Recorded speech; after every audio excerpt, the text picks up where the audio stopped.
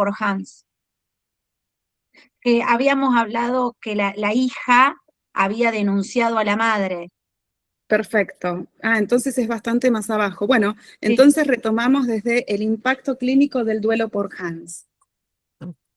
Perfecto, bueno, suerte que siempre hay quien está atento. Bueno, entonces, repito, el impacto clínico del duelo por Hans. La reacción de Melanie ante la muerte de Hans fue una devastación que paralizó su actividad pública por meses, no es para menos, ¿no? No pudo asistir al funeral en Budapest, sumida en una depresión que requirió que ella misma buscara tratamiento con Sylvia Payne. No obstante, es un principio fundamental del pensamiento kleiniano que el dolor debe ser metabolizado a través del trabajo creativo.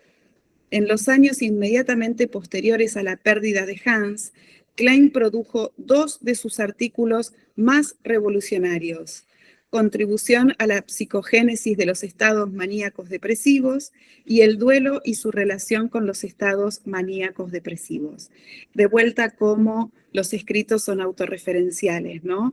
Y esto es una enseñanza profunda de Freud, del dolor hacer una producción, hacer un trabajo. Por algo para Freud, el trabajo del duelo es uno de los trabajos psíquicos más saludables. Recordemos que para Freud el deshacimiento de la autoridad parental es el trabajo más difícil, más doloroso y el único que lleva al ser humano a convertirse en un adulto, no es otro que un trabajo de duelo. O sea que el duelo siempre se transita bajo la égida del trabajo. Acá fue el trabajo de introspección y escritura. En estos textos, Klein articula la posición depresiva, un estado en el que el individuo reconoce al objeto amado como una totalidad y siente el temor de haberlo dañado con su propia ambivalencia. Es una visión compartida por sus estudios que Klein estaba realizando su propio autoanálisis del duelo por Hans, intentando reparar internamente al hijo que la realidad le había arrebatado. El dolor se convirtió en la materia prima de una teoría que, por primera vez, daba un lugar central a la culpa y a la necesidad de restauración en el desarrollo humano. Bueno, terrible. ¿Sigo? Luz.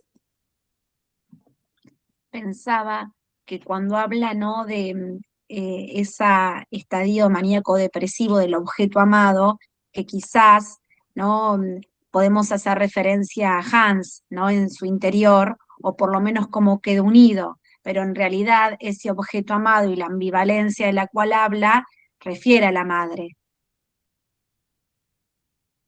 O sea, Hans ocupando el lugar de su propia madre.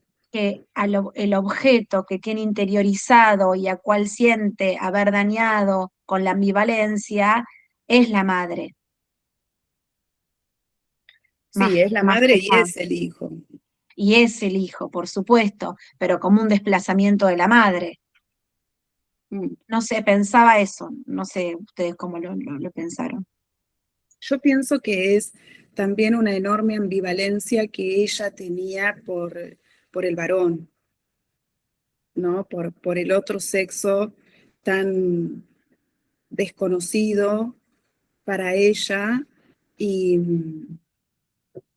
eh, no digo que no tenga nada que ver con su mamá, por supuesto, su mamá tomó el grandísimo lugar del objeto primario internalizado y como matriz del resto de las relaciones, pero sí tuvo un matrimonio donde no pudo investir la figura de un hombre, la soportó, la, eh, no se ve un matrimonio elegido, amado, por tanto el hombre quedó en un lugar de mucho desconocimiento y ambivalencia. Bueno, el hijo varón es el primero que carga con esto, ¿no? Sí, Cami. Sí, yo pensaba, estaba intentando de recordar, ella habla en el trabajo de duelo, entiendo que Klein habla de la posición depresiva como un segundo momento, y primero hay una parte más persecutoria, más, creo que le dice Esquizoparanoide. esa. Y pensaba que tal vez en esta posición, ¿no?, depresiva, de alguna manera, está el reconocimiento de la propia agresividad también, ¿no? Como algo de poder reconocer que con su propia agresividad pudo haber dañado algo de ese objeto que también ama, ¿no? Yo como una posición un poco más elaborativa en relación a la primera. Y sí, sí.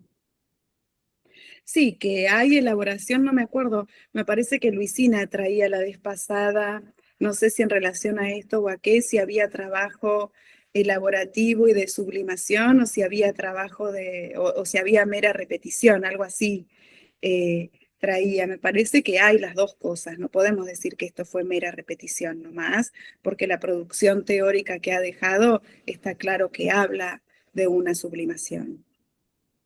Uh-huh. Bueno, ¿seguimos?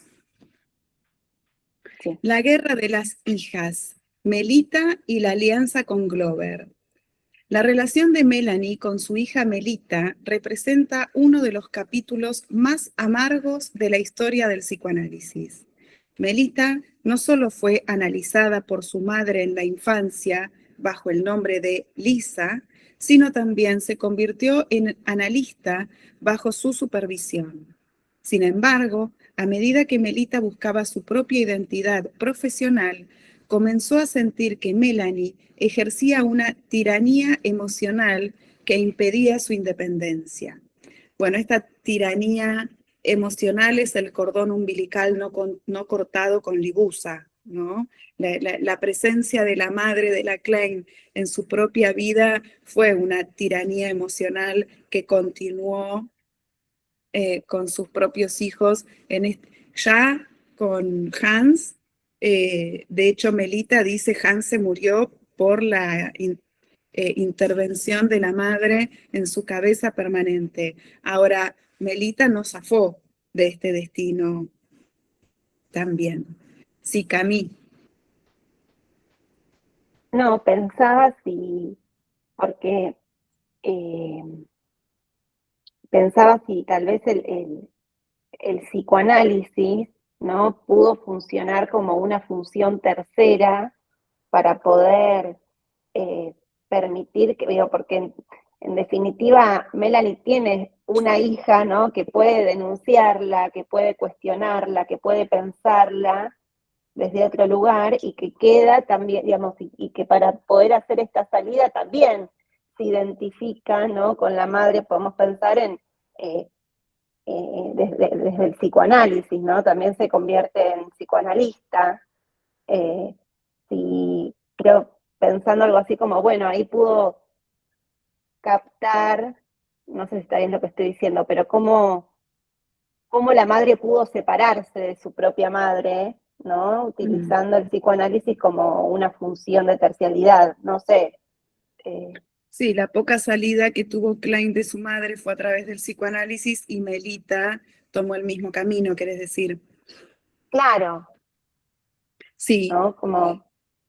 Sí, yo creo que funcionó como una terceridad, como una ley, aunque en las dos persiste un odio, una pulsión mortífera Sí, descomunal. obvio. Sí. Sí. Pero bueno, digo que ahí La pregunta pudo sería, ¿cómo sería identificarse. sin psicoanálisis? ¿Cómo? ¿Qué hubiera sido sin psicoanálisis? También podríamos preguntarnos. Y tal vez sí, todo repetición. Y claro, y sí, muy probablemente. Bueno, en 1933, Melita tomó una decisión que Melanie vivió como una traición máxima. Entró en análisis con Edward Glover, un influyente miembro de la sociedad británica que se había convertido en el principal rival de Klein. Glover, un hombre de retórica poderosa y resentimiento acumulado hacia el creciente poder de Klein, encontró en Melita la herramienta perfecta para herir a su madre en lo más profundo. Juntos iniciaron una campaña sistemática en las reuniones de la sociedad británica para desacreditar el trabajo de Melanie, calificando sus teorías de extravagantes y no psicoanalíticas. O sea, se alió Melita al enemigo de su madre. Por eso les decía, la pulsión de muerte es lo que predomina acá. O sea, destruir. Melita y Glover utilizaron el rumor del suicidio de Hans como una herramienta política dentro de la sociedad británica. Durante las reuniones científicas solían hacer alusiones indirectas, conocidas como dog whistling, sobre el suicidio para desestabilizar a Klein, sugiriendo que sus teorías eran peligrosas o ineficaces, incluso para su propia familia. O sea, podemos sospechar con argumentos que Melita reemplazó un trabajo de duelo por la muerte de su hermano por un delirio más querellante contra su madre, ¿no? Que es una de las posibilidades más grandes ante un dolor por pérdida que puede haber. O sea, que el trabajo del duelo sea reemplazado por un delirio querellante no va a ser ni la primera ni la última. Sí, Marian y Luz. En ese punto podemos pensar también, más allá de todo lo que estamos diciendo, obviamente, que Melita se convirtió en Libusa, digamos, también al tratarla, sentir esta traición y esta acusación y esta desvalorización a Melanie, ¿no? Como eso de hacer de su hija su madre. Sí, y esto que decís me hace pensar que cómo uno a lo largo de su vida se relaciona eternamente con los 3, 4, 5, ¿no? Figuras de la primera infancia. Y también pensaba en esto que decía Luz de Hans siendo su madre, y también ella siendo su madre tratando a Hans de esa manera, ¿no? Como desde esa madre interiorizada, desde esa madre alucinada interna. Sí, como decía acá, ¿cómo era?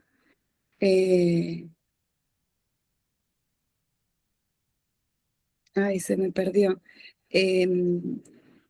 Bueno, tiranía emocional.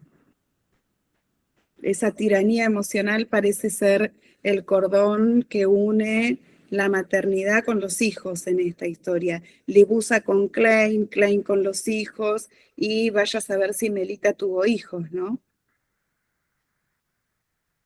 Luz. Yo con respecto a esto del objeto interiorizado, amado, que digo, con una madre que la gobernó tanto, es difícil darle lugar a un hijo, a interiorizar un hijo como tal. Por eso pensaba que Hans en realidad es la madre interiorizada, porque no pudo divinizar a un objeto distinto.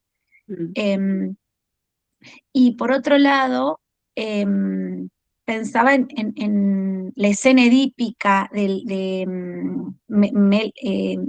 la hija Melita. De Melita, porque habla de la guerra entre los padres, la guerra entre Klein y el otro analista, y cómo hace un cambio de objeto, y de la madre va en búsqueda del padre, cómo se armó ahí ella como una reconfiguración edípica de repetición. Sí. Sí, pero repetición sin elaboración, ¿no? Repetición solo, insisto, bajo la égida de la pulsión de muerte que es la venganza. como la frase del Chavo que por algo se tradujo a todo el mundo y se vio en todos los idiomas del mundo: la venganza nunca es buena, mata el alma y la envenena. No, no es un término psicoanalítico, pero es bueno acordarnos, porque ahí, sin lugar a dudas, piedra libre a la pulsión de muerte. Porque la pulsión de muerte es lo más difícil de trabajar en un análisis, sobre todo por lo que Freud trae siempre de que es muda, es silenciosa. Entonces aparece a veces bajo estallidos, a veces se tiene que armar un bolonqui descomunal y se reconfigura un poco las coordenadas del análisis, ¿no? Acá, bueno, fíjense incluso que todo grupo trae sus quilombos, porque Melanie, teórica, es indiscutiblemente una grande y trajo en el análisis de niños muchísima novedad. Y como hay un dicho que no me lo acuerdo literal, pero dice: quien hace una obra grande en su vida, quien tiene una vida plena y digna, no solamente tiene amigos, también tiene enemigos, porque generar cosas novedosas, grandes y buenas despierta mucha envidia en los seres más bajos, que no pueden generar ellos mismos esas cosas, porque la envidia es eso. Como no puedo generar lo que esa persona que me genera envidia está haciendo, soy un detractor de lo que él o ella están generando. Bueno, la sociedad británica no era ajena a esto, por eso ante el esplendor de la Klein, con todas sus teorizaciones motivadas, veíamos por Ferenczi y luego por Abraham, ella le dio rienda suelta a su intelecto y a su creatividad y por supuesto se ganó detractores. Y la hija se valió de ese detractor para aliarse en esta configuración edípica que muy bien trae Luz, para vengarse de la madre, no para aliarse, qué sé yo, a un docente, poder hacer una reconfiguración edípica y hacer su propio camino de creatividad. Lo usó para ir en contra de la madre. Ahí tenés el encierro de vuelta. Bueno, sigo, que ya creo que ya terminamos. Las botas rojas y el rechazo final. La virulencia de los ataques de Melita alcanzó su cenit durante las discusiones controversiales de los años 40. Mientras Londres era bombardeada, en las salas de la sociedad se libraba una batalla verbal donde Melita lanzaba acusaciones estridentes contra su madre, cuestionando incluso su salud mental. La ruptura fue absoluta y nunca se reconciliaron. Se dice que tras la muerte de Melanie Klein en 1960, Melita asistió a una conferencia en Londres calzando unas botas de color rojo brillante, un gesto que muchos interpretaron como una negativa final a entrar en duelo por la muerte, entrar en duelo por la madre que la había colonizado psíquicamente. De vuelta, en Melita hay una incapacidad de hacer un trabajo de duelo, ¿no? Por Hans, por su madre, troca el duelo por la venganza. Sí, Cami. Sí, pensaba también que cambia el duelo por una identificación masiva con la madre, porque ahí también se convierte, ¿no? Continúa con esta, ¿cómo es que decía? Con esta tiranía emocional, ¿no? Como es un objeto del mismo lito, ¿no? Como una cosa así pensaba. Ahí se para, ¿no? En esas botas se para en la identificación con la madre y acá no hay duelo, no se pierde nada, ¿no? Claro. Introyecta el objeto que tendría que asumir su pérdida para duelar. Sí, Luz. Pensaba que es una denuncia pública, ¿no? Que es un desplazamiento, una denuncia interna cargada de dolor y de sufrimiento, que muchísimas veces vemos en el consultorio a pacientes que toman una militancia, ¿no? En alguna causa, en alguna injusticia, ¿no? Y uno puede pensar que ahí hay un desplazamiento de otra denuncia y de un trabajo de duelo que no se está pudiendo hacer y queda como en una querella constante pública, en una militancia, en vez de trasladarlo a un trabajo más profundo. Y claro, eso muestra lo difícil que es hacer un duelo. Por eso insistimos, a veces la palabra duelo eh, parece negativa, parece, qué sé yo, sinónimo de depresión, o no sé, esta es una asociación más mía, pero en Duelo y Melancolía, que es un texto que nunca olviden que está escrito antes de que Freud teorice la pulsión de muerte, creo que es de 1914 y lo publica en el 17, y la pulsión de muerte la trabaja en el 20, él ya podía pensar sobre los efectos de la pulsión de muerte sin teorizarla como tal. Y el trabajo de duelo no está abastecido por la pulsión de muerte.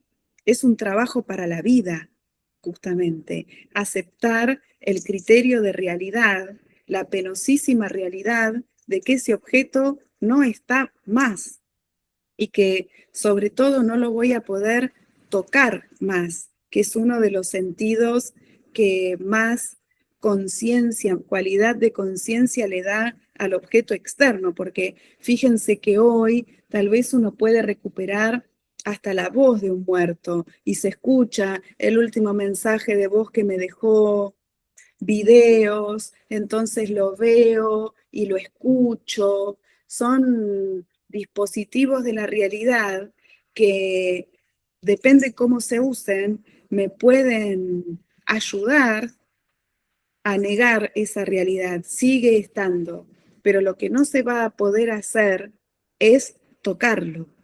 El sentido del tacto ante un duelo es uno de los sentidos que mayor información de realidad, de prueba de realidad que da. Por eso, que un sujeto sea capaz de hacer un duelo habla de los inmensos recursos psíquicos que tiene para aceptar esa realidad. Que mataron a tu hijo, que tengas la voluntad de ir a cumplir un puesto al Senado, a diputado, qué sé yo, qué cuerno había sido, y la fuerza es tanática ahí. Y que por supuesto es una fuerza, y una fuerza descomunal, está abastecida por el ello. Imagínense que la provincia psíquica del ello en nuestra cabeza es la provincia más grande. Es como Brasil en el continente, si quieren. Y el yo puede ser, qué sé yo, Chile. Es así. Freud dice en el yo y el yo sabe solo Dios cuánto es inconsciente. Entonces se van rompiendo esas barreras y el yo queda inundado por la fuerza pulsional del ello. No me acuerdo cuál fue la suerte que corrió el padre de Axel Bloomberg, pero tiene todos los números para un cáncer y a la lona. No sé si alguien sabe. Sí, Marian. No sé cómo terminó, pero sí sé que lo acusaban porque él decía que era ingeniero y lo acusaban de que no era ingeniero y se tuvo que retirar de las listas de diputados, senador, de lo que estaba presentando. Esa fue su exposición pública, digamos, como esta denuncia de falseamiento de título. Claro. Y otra también, desde ese lugar me acordé de esta Carolina Píparo, que también la mataron en una... ella estaba embarazada de 9 meses, en una salidera bancaria, le pegaron un tiro y mataron al bebé. Ella sobrevivió y se hizo como también toda armó todo un movimiento contra la inseguridad y contra, bueno, también se presentó a diputada, está en un partido, más allá de lo Claro, político, sí, ¿no? Pero también hizo todo un movimiento de ese estilo, de exacto. Bueno, acción. ahí uno no, en este caso, no estamos hablando de política, Ah, estamos teniendo una visión analítica de la situación. Después, cada uno que haga lo que pueda con su vida. Como les digo siempre, el psicoanalista tiene que ocuparse de descubrir inconscientemente de qué está hecho ese movimiento. Después que el paciente haga lo que pueda, lo que quiera. Nosotros no tenemos por qué meternos en la dirección que tome, pero sí el trabajo es éticamente correcto cuando uno puede dar cuenta de qué está hecho, porque, como les digo, si alguien puede, busque qué pasó con el padre de Axel Bloomberg, porque de ahí a un cáncer es un pasito nomás. Esta muchacha Carolina Píparo, y también porque no existe birlar el trabajo de un duelo. No existe esa posibilidad.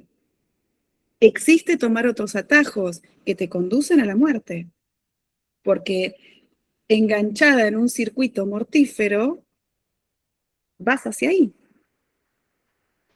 Y el analista trabaja siempre para la vida. Sí, Luz. No, pensaba en esta línea, que quizás es mucho más complejo y sensible también por la fecha, ¿no? Y también sin juzgar, pero en la misma línea podemos pensar a las madres y las abuelas de Plaza de Mayo. Y sí, ¿Qué hay que hacer después en algo tan colectivo si cada uno tomó algo de la singularidad y ponerse a pensar y a duelar, ¿no? El secuestro, la muerte de un hijo, de un nieto, en relación a la propia historia? No sabemos, pero sí que esto de la denuncia y la querella para una afuera. totalmente. Y sé que son temas muy extremadamente sensibles porque por lo menos en mi manera de trabajar, yo siempre aclaro que no, no disculpo al agresor, al secuestrador, y en el caso de lo que fue el 24 de marzo, las inhumanidades, atrocidades impensables que se pueden elucubrar para hacer el mal, porque es increíble cómo se puede usar la mente para crear torturas extremadamente tan siniestras. Nadie va, o por lo menos entiendo que no vamos a disculpar ese accionar, pero sí nuestra tarea es de a poquito, porque generan muchísimas resistencias, es poder reintroducir esas prácticas al interior del psiquismo de esa familia, porque dicho rápido y tal vez violento, estas fueron madres y abuelas asesinas. Si no, un hijo no corre esa desgracia por fuera. Eso que cumple los destinos en la realidad ya estaban marcados en el interior de su cabeza. Son temas eh, muy difíciles, ¿no? Porque son tantísimamente penosos que seguramente va a llevar generaciones poder digerir esto, porque a mi criterio no es solo el secuestro y la muerte, sino saber por lo que pasaron. Creo que eso es lo que puede hacer enloquecer a cualquiera. Eh, por eso digo que muy probablemente se precisen varias generaciones hasta que eso eh, se pueda medianamente elaborar. Como una guerra, ¿no? Como una guerra. Yo que soy nieta de portugueses y que Portugal no participó en la guerra y que mi bisabuela vino a la Argentina, tal vez como muchos de las de ustedes, la guerra se perpetuó en mi familia y yo no puedo decir estar exenta de esos efectos. se van transmitiendo de generación en generación. Es como decía Caes, lo que pasa en una generación del orden, como era de lo que no se puede pensar, no, lo que no se puede decir, lo que no se puede decir, no, lo indecible, lo impensable, Nombrable. y lo innombrable. Y lo impensable, me parece que era Claro, la primera generación vive algo del orden de lo innombrable. La segunda generación lo vive como lo indecible y la tercera generación como impensable. Y allí estalla la psicosis. Fíjense ante la maldad, ante la pulsión de muerte, cuántas generaciones son necesarias para ir elaborando esto, porque esto está en estrecha relación con lo que Freud siempre dice, que en el psiquismo nada se pierde. Nada. Por más intentos que hagamos en tratar de negar, de decir que eso no tiene ninguna injerencia en mí, ¿no? Son todos artilugios de la negación. Sí, Mariam, que no se niega por terco, o no se niega por terco solamente, se niega por dolor. Sí, Mariam. Qué difícil que es muchas veces, ¿no? Meterse desde este lugar porque provoca mucha reacción, ¿no? Y Como, sí. ¿cómo estás diciendo eso? ¿Cómo Y la pulsión de muerte va a caer sobre vos. Claro. Lo que pasa es que yo también entiendo que son distintas lecturas, porque una cosa no quita la otra, también una lectura más sociológica o más social, o que haya reglas y leyes sociales y generales y que sancionen lo que está mal, me parece que vale y que es necesario. Por supuesto. Y no sería caótico todo, pero no quita poder meterse en el terreno intrapsíquico, pero no es tan popular, digamos. Es El bastante... psicoanálisis no es popular. No, es muy difícil que todo el mundo lo pueda, incluso los pacientes muchas veces, ¿no? O en nuestra... Totalmente. ¿Cómo? O en cada una en su historia, ¿no? Como ir metiéndose. Mi hermano estaba muerto. Y todavía está ahí. Ni se consumó. Pero ahí la pregunta en nosotros es, ¿por qué no tenemos que apurar nosotros? En tal caso es la vida del paciente y va a ir haciendo lo que el paciente pueda. Sí, Luz y Cami. Nada, en este intercambio me hace pensar en lo peligroso que puede ser querer, a- es algo del orden de la imposibilidad, pero querer hacer psicoanálisis desde una militancia política, ¿no? Que si uno entra, ¿no? Tomado, ¿no? Desde esa mirada social, queda sin interpretar esa profundidad y el orden, ¿no? De la psicología inconsciente que está en juego, que quedan Y como por tanto puntos, no es psicoanálisis. claro, quedan puntos que no interpretables y que ahí uno estaría haciendo una mala praxis. Y sí. Y sí, en tal caso el que tiene que poner el límite es el paciente, no uno, ¿no? En tal caso el paciente no puede soportar el análisis, porque sí, es cierto que el análisis es muy duro, pero para la posición del analista es fundamental su convencimiento, porque si uno no está convencido, no, bueno, pará, hasta ahí no, escúchame, el 24 de marzo fue un desastre, son unos genocidas hijos de puta, y sí, nadie dice que no a eso, como decía Marian, pero socialmente se le pudo haber indemnizado a los nietos, ¿y quién dice que eso está mal? O cuando hablamos de la homosexualidad, poder meternos de qué está hecha esa elección sexual y no ir por la línea de que alguien puede decir, llegado un momento, si me gustan los hombres o las mujeres, y no responde a ningún trauma de la infancia eso. Eso no tiene nada que ver poder trabajar en que sí, tu elección está hecha seguramente de dolor y de dolor vivido en la infancia, no me estoy metiendo con que está mal el casamiento igualitario. O sea, homosexuales existieron de todas las épocas y socialmente las leyes debieran funcionar como para poder vivir en mejor calidad la mayoría de los seres humanos. Ahora, no es trabajo del psicoanalista ser sociólogo. El psicoanalista tiene que ser psicoanalista. Pero un psicoanalista sin este trabajo y sin este convencimiento, ni en pedo se puede meter con estas cosas. Sí, Cami, No, me quedé pensando. para meterse acá. Me parece más grave si esa fuese una respuesta de un psicoanalista. Está metiendo, ¿no?, en un terreno súper peligroso. ¿Y de qué se trata ese hijo muerto en su historia también? Porque, digo, trabajar mal una situación delicada, que trabajamos con todas situaciones delicadas, nos lleva a la posibilidad de poder enfermarnos y uno quedar contaminado de todo eso.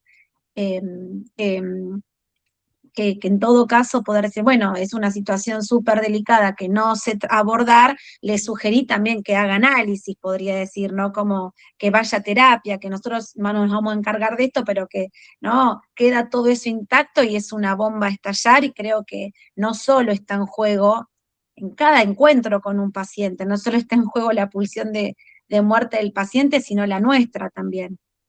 Y sí, claro. Y sí. No es chiste trabajar con la pulsión de muerte nunca. Nunca. Pero incluso tienen que saber que hasta dentro del psicoanálisis mismo hay mucha resistencia a aceptar la pulsión de muerte. Esto Marta me lo cuenta siempre, que discusiones que tiene en APA, que ella en determinada situación la lee y la interpreta como pulsión de muerte y que le contestan, es una metáfora, no es pulsión de muerte. Hay mucha resistencia a, a aceptar que la pulsión de muerte nos invade tanto como la vida, o a veces más, a veces más. Sí, Cami, y pasamos a la supervisión. Pensé que íbamos a poder terminar, pero no. Bueno, pero lo mismo, ¿quién nos corre?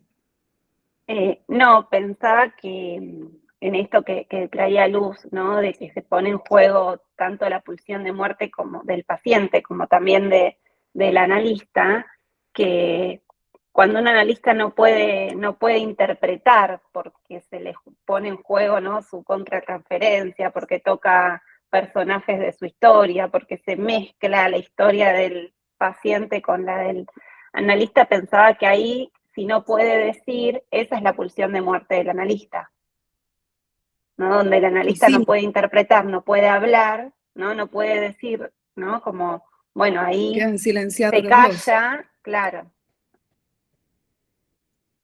Y también recordemos que el objeto que llega como paciente tampoco es ajeno a los objetos del propio terapeuta, en ese caso nosotros, porque tenemos el trabajo de discriminar ese objeto paciente que representa, pero no en todas las Ahí, teorías hay este trabajo. ahí la importancia del análisis y la supervisión, porque si uno Y ahí no claro, puede detectar eso, qué peligroso para ambos, ¿no? No solo para el paciente, sino también para uno como analista. totalmente. Y sí, no estamos exentos de esto, pero ni a patadas, al contrario diría, porque esto, como lo decía Firia Cesio, en el analista se bucean y se abren muchísimos más complejos que en una persona no analista, porque al trabajar con tantos pacientes, tantas situaciones, estar develando y descubriendo tanto el inconsciente, no todo el mundo tiene como métier en su vida esta práctica. Entonces hay complejos que puede tener más dormidos. En cambio, nosotros estamos todo el tiempo trabajando con estas cosas. Aún más nos tenemos que ocupar. Por algo en APA el trípode es este: análisis, supervisión y formación. Sin ese trípode no hay psicoanalista. Hay alguien chapoteando y, digamos, jugando con cosas que no tienen repuesto. En una supervisión escuché que somos rectificadores del tiempo, trabajamos con un pasado que no pasó, y que es claro un poco para esto, para entender en nuestro lugar, el lugar que ocupamos. Así que si estamos advertidos, lindo trabajo. Claro, si estamos advertidos y damos bola a la advertencia. Porque advertidos estamos todos, pero negaciones tenemos todos también, ¿no? Y la tentación a negar está siempre, porque, insisto, el trabajo del duelo es arduo, largo y doloroso.